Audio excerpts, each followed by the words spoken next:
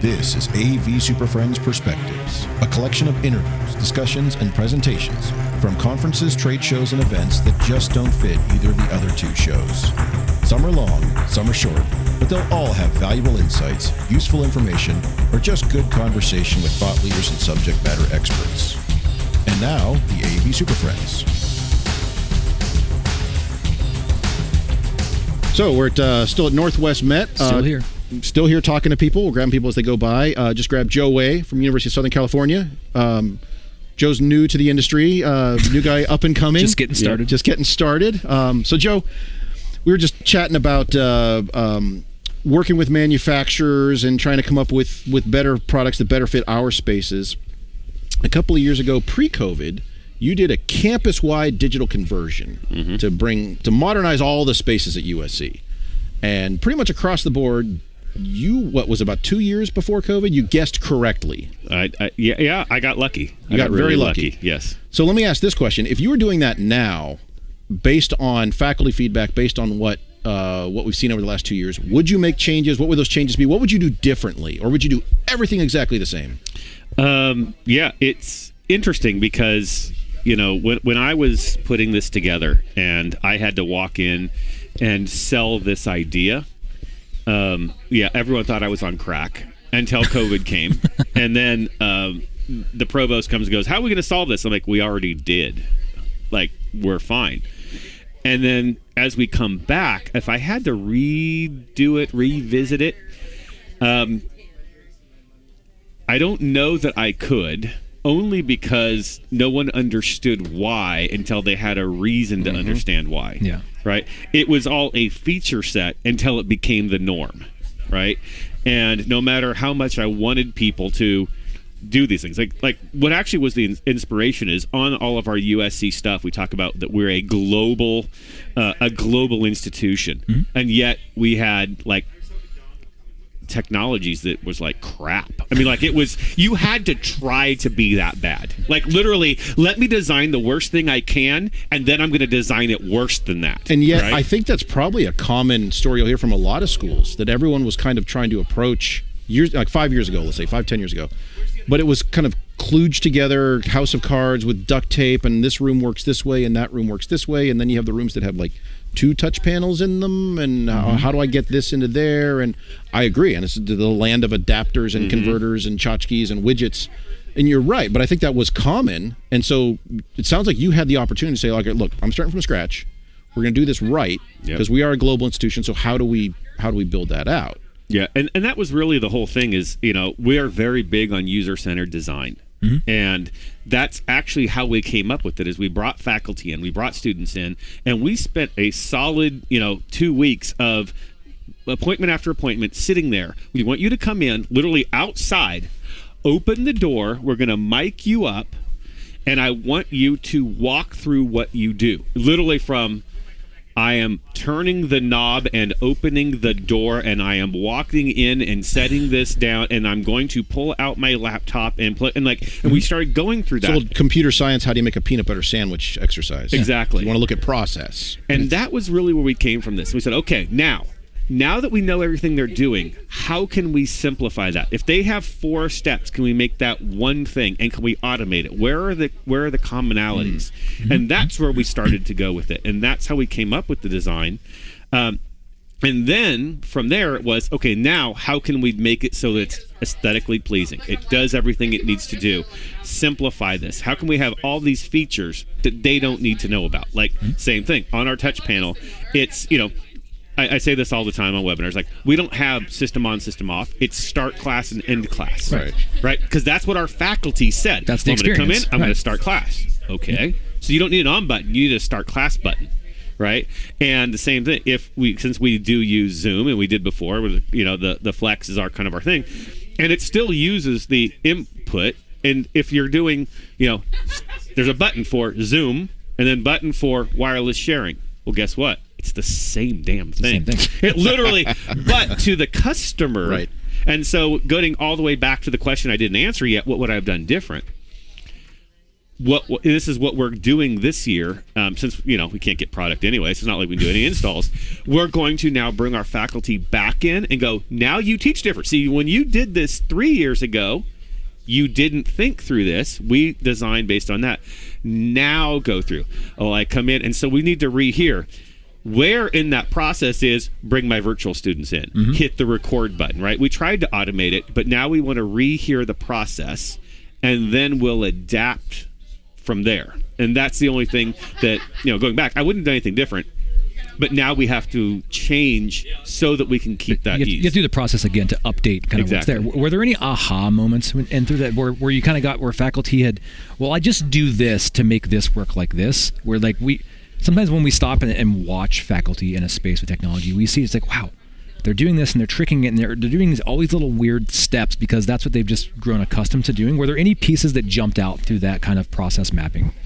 It really did. It was interesting because we saw how many times the faculty, I know, all right, you ready for this one? They have no clue what they're doing. No. It's crazy. I know. I know everyone's jumping out of their seats going, wait, the faculty don't know. But here's the aha moment was they're as lost as everybody, like anybody, and they want to be guided. While we hear all the time, because we support services, all we hear are complaints. They actually want the process to be simple. They don't know what to do, and they're scared to death to do something wrong in front of their students. Right. Yeah, the anxiety that goes around with that is just ridiculous. And so as much as we could partner and go, how can we get rid of that? How can we make this so that what is your process? And when we were starting to talk to them about that, all we heard was, thank you.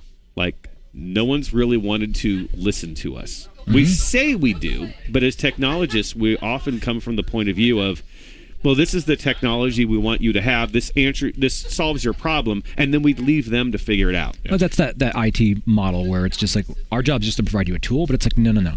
In the classroom experience, it's not just to provide the tool; it's to provide the experience, the overall everything, the cumulative total of that. Where that may be different from a lot of folks that are following the traditional IT, just deliver the service or tool and walk away, and the client will know best, but you just said the faculty, they don't even know best, right? They're trying to figure this out in real time, and so that's a little bit different from the IT philosophy. So I think I found it when you take that time to set intentional space for faculty to listen to them, it's always the aha. You're like, oh, you're just trying to do that? Well, you can just do it like this. And you're like, oh, I never realized it could be that easy. And so it's good that I think you guys stop and took those moments before embarking on a giant journey to redo every single classroom space. Yeah. No, and I think that is important. That is kind of the takeaway. And it's crazy because you think it would be second nature, listen to your customer. Because what do we complain that our integrators and our manufacturers don't do is listen to their customer.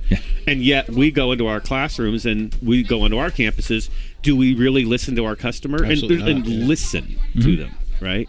Well, or it's we will give them some time, say we're listening, and then try to figure out which of the three solutions we already have is the right one for them. Not, hey, maybe there's something completely different that would be a better fit. So, I'm going to do something similar in that where I've inherited an entire campus and I get to kind of reevaluate how that's going to go. And obviously, it's on a different scale, but that is one of the things I'm trying to work through is how do I get feedback, because if the only thing they've ever known are these quote unquote standard rooms across campus, and I start asking questions as to what they like and don't like, they're going to try to frame that within the overall conversation of within that standard room, not hey, it's a blank space with four walls and a ceiling. What do you need? What do you want? What are you doing in here? So that was a good approach. Yeah. You mentioned that because you can't necessarily get stuff to change anything. It sounds like you're making a lot of software changes, process changes. Do you envision that there will be anything where you're going to get enough feedback and someone's going to make those suggestions? You're going to say, we do need to change out XYZ widget with something else to better fit that? Or are you pretty confident at this point that because the systems are flexible enough that it is going to be software and process change, not necessarily hardware? Yeah. I think we're pretty confident it's just going to be software based and trying to figure out how to support the people. The technology, is actually the easy part. This is what we do for a living. The stuff's easy, right? That was not the issue. Do we need to bring more in now?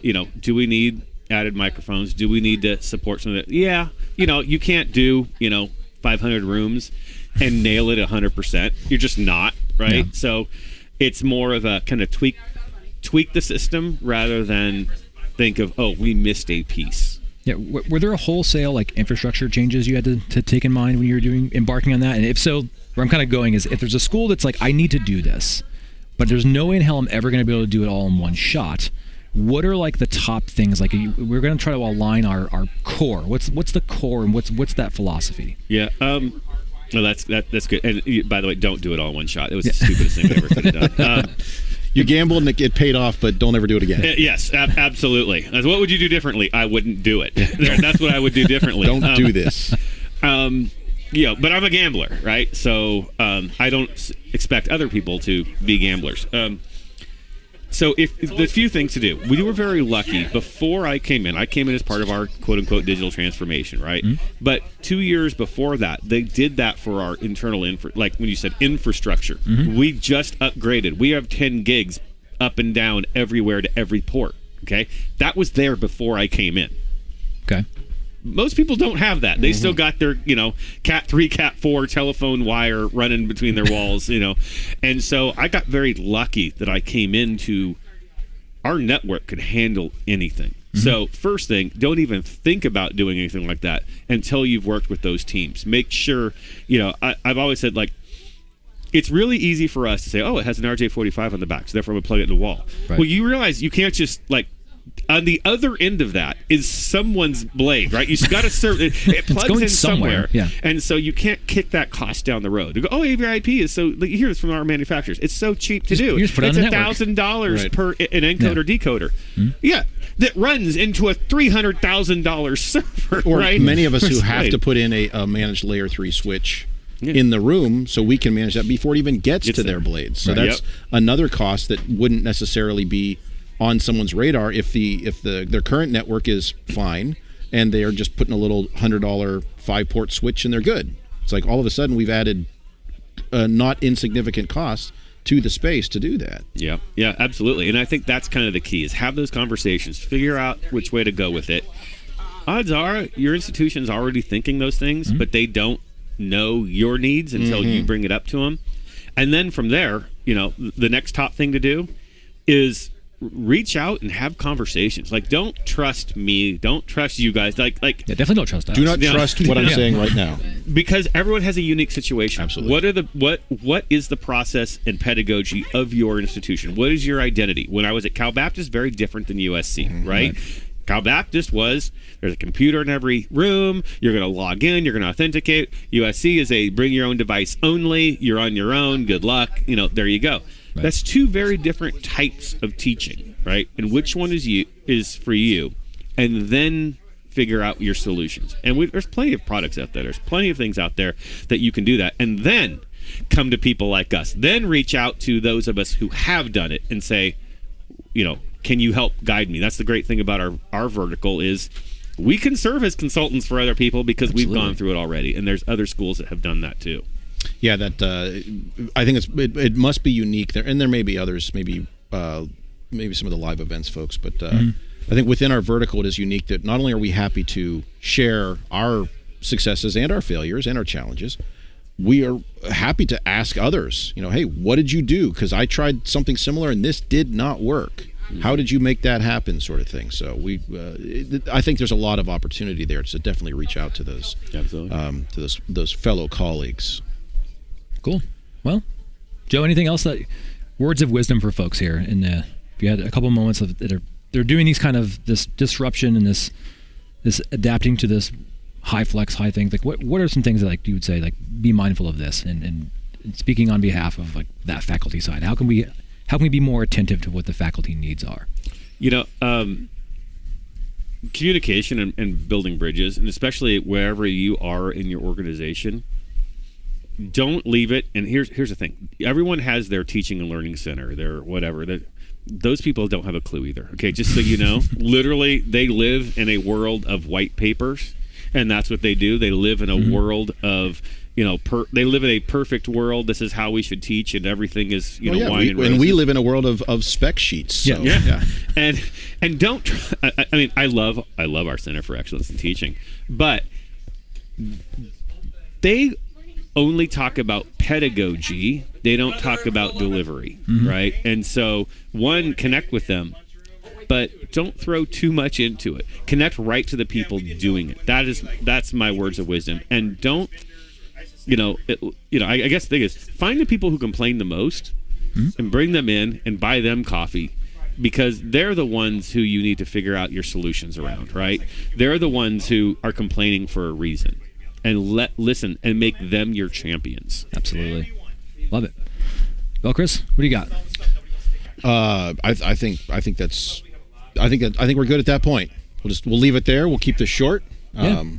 Joe, thanks for sneaking in here and fitting us into your schedules. Northwest Met's always a hectic one. But if somebody want to get a hold of you, is there a way they can get out to you, reach you? What's the preferred method? You can find me on all the socials at Josiah Wade, and of course HiredAV at HiredAV. And you can also make sure you sign up and join HETMA at HETMA_org on all your social medias. All right, Joe. Thanks for coming along, man. Thank you very much for having me. Thanks, Joe.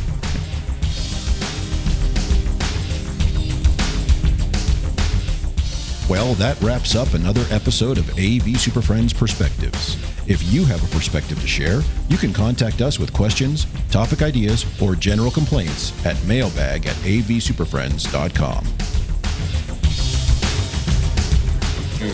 Nice work, everyone. Sharp broadcast. Really good. Everyone on the floor as well. Really a lot of hustle. I liked it. The opinions expressed by the AV Super Friends are solely those of the individuals and do not represent their respective institutions, organizations, companies, or clients.